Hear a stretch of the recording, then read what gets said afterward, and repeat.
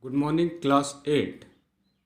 Before this, we studied about the factors affecting the friction. Now we are going to see the friction, a necessary evil. Means what? A friction is necessary in our life. Like water. Water is necessary for our daily life. So same way, friction is also necessary evil. So we'll see what is necessary evil. Recall now some of your experiences. Is it easier to hold a kulhar? Kulhar means the earthen pot, the pot which is made up of mud, or a glass tumbler. Suppose the outer surface of the tumbler is greasy.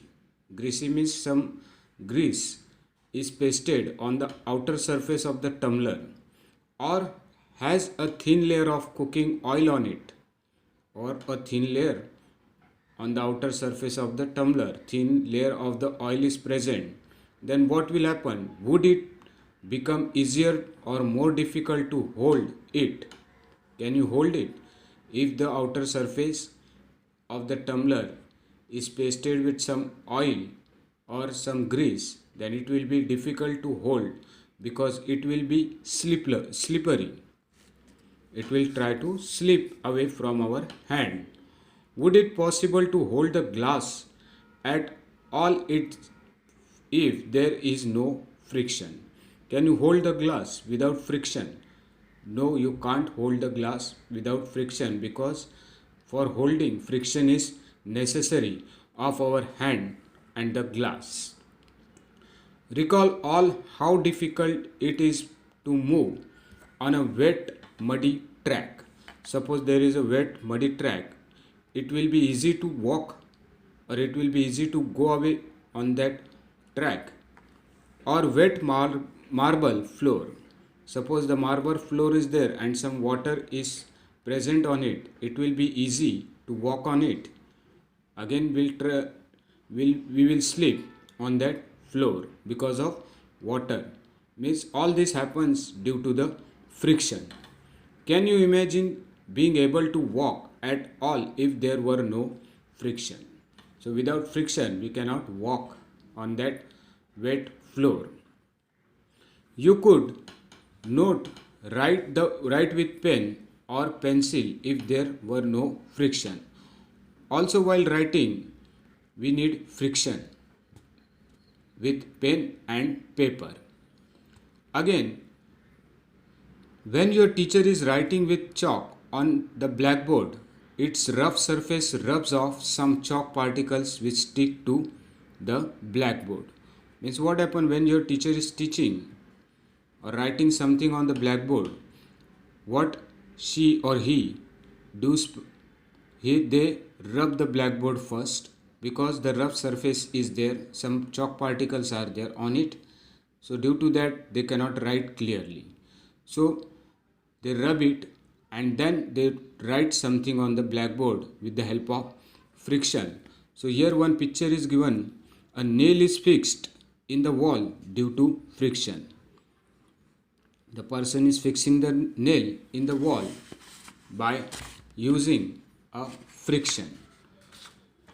Then again, on the blackboard, the teacher is writing something with the help of friction.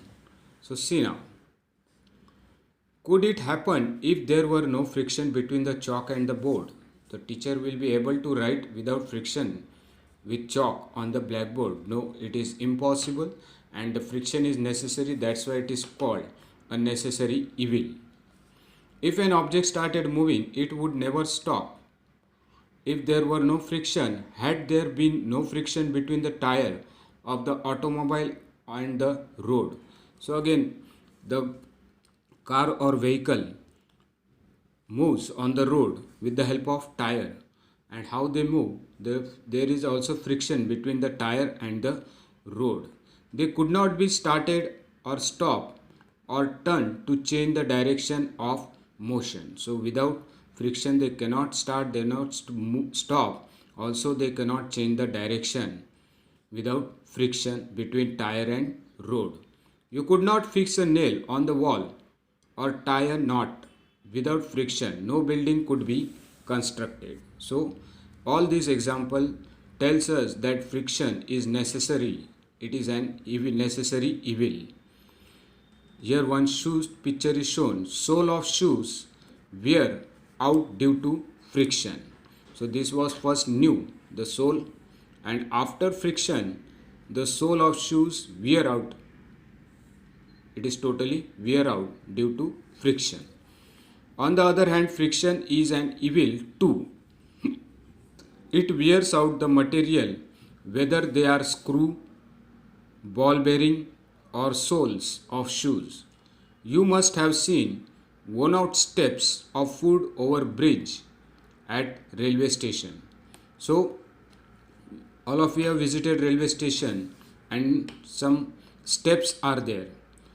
That steps get worn out due to friction, means first they were new completely and after some years or some months they sole out or wore out or they get friction due to friction between the person and the step. Then friction can also produce heat vigorously. So why this happened? Because of the heat produced by the friction. Vigorously, now friction can also produce heat. Vigorously rub your palms together for a few minutes. How do you feel when you strike a matchstick against the rough surface? It catches fire. So all this happening because of friction. You might have observed that the jar of a mixture become hot when it is run for a few minutes. You can cite various other examples in which frictions produces heat.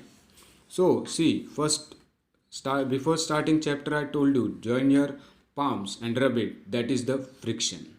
So heat is produced by friction also.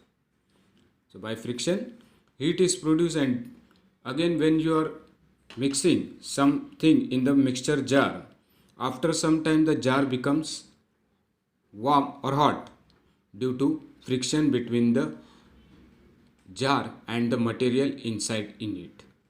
So friction produces heat.